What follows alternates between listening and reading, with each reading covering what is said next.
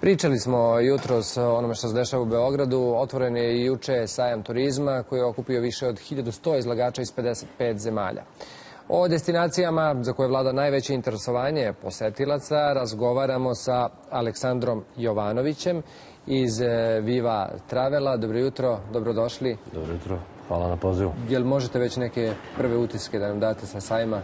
Dobro, sajam je juče tek otvoren, prvi dan je bio. Sajam tradicionalno iz godine u godinu obara rekorde po broju posetilaca, po broju izlagača. Očekivanje će se takva da i ove godine pade novi rekord, tako da nadamo se da će tako i biti. Dobro, pretpostavljam da Grčka i dalje prednjači što se tiče turističkih destinacija za letovanje. Da, Grčka je i dalje ubedljivo najtraženija, najinteresantnija destinacija, najprihvatljivija i cenovno, i po blizini, i po dostupnosti, i po zanimljivosti, tako da je ona definitivno broj 1. Šta je od same Grčke najzanimljivije našim turistima? Opet je to teško odrediti, znači stvarno... Jesu ostrva ili ovaj bliži nam deo?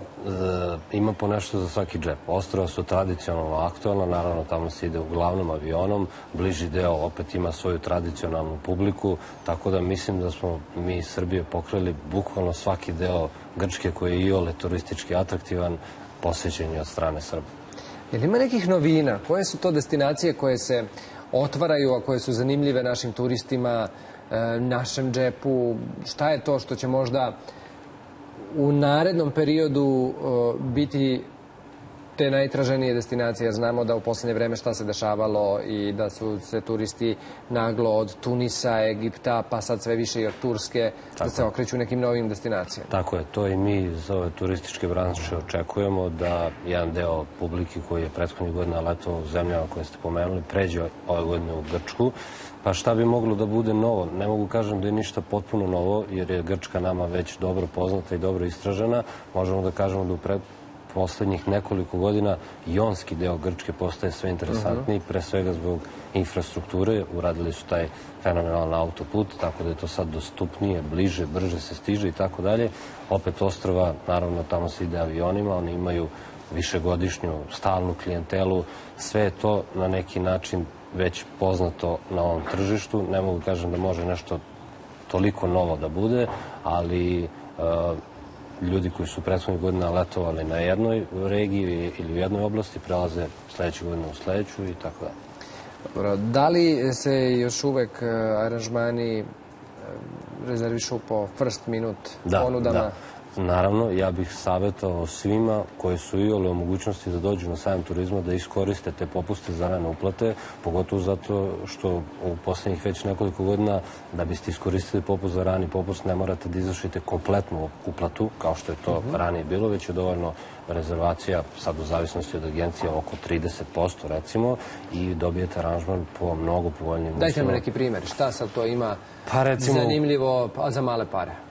Ima puno toga. Recimo, ako želite da letujete u hotelima, tu popusti idu i do 30%, a ukoliko želite neki autobuski aranžman, tu popusti idu, evo, konkretno u našoj agenciji 15%, što na ceo aranžman, recimo, na jednu porodicu bude... Dajte nam jednu destinaciju, evo, u Grčkoj, recite. Ja smem cifre da pominjem. Ma, sve recite, sad da znamo, sajam je turizma, ljudi rezervišu. Ajde, recimo, za one koji putuju na neke malo prihvatljivije destinacije autobusom, neka to bude Evija, tu su aranžmani od 60 € pa naviše, a za one koji žele avionom, Krf ili Skiatos, otprilike negde ispod 200 €, od 180 € pa naviše, sa uključenim prevozom, avionskim prevozom, smeštajem, uslugama predstavnika, kompletnim aranžmanom.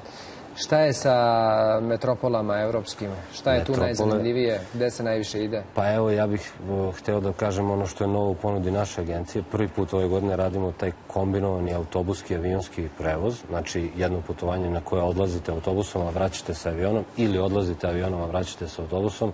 Jako prihvatljivo, fenomenalno putovanje, recimo Cinque Terre, Milano, Firenca, zaista interesantna, lepa putovanja kojima puno toga može da se vidi.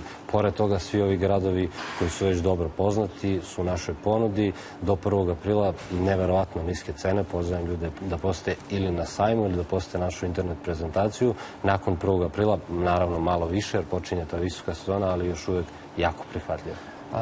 Na ovogodišnjem sajmu je Slovenija partner. Zemlja partner, da. Je li ima nešto zanimljivo? Pa ima naravno Ljubljana pre svega kao taj neki tradicionalna destinacija za kratki odmor. Bled, naravno. Neki od ovih poznatih njihovih wellness destinacija, u tome su jako dobri, tako da to je to. Ništa, vidimo se na sajmu, hvala vam. Hvala vam.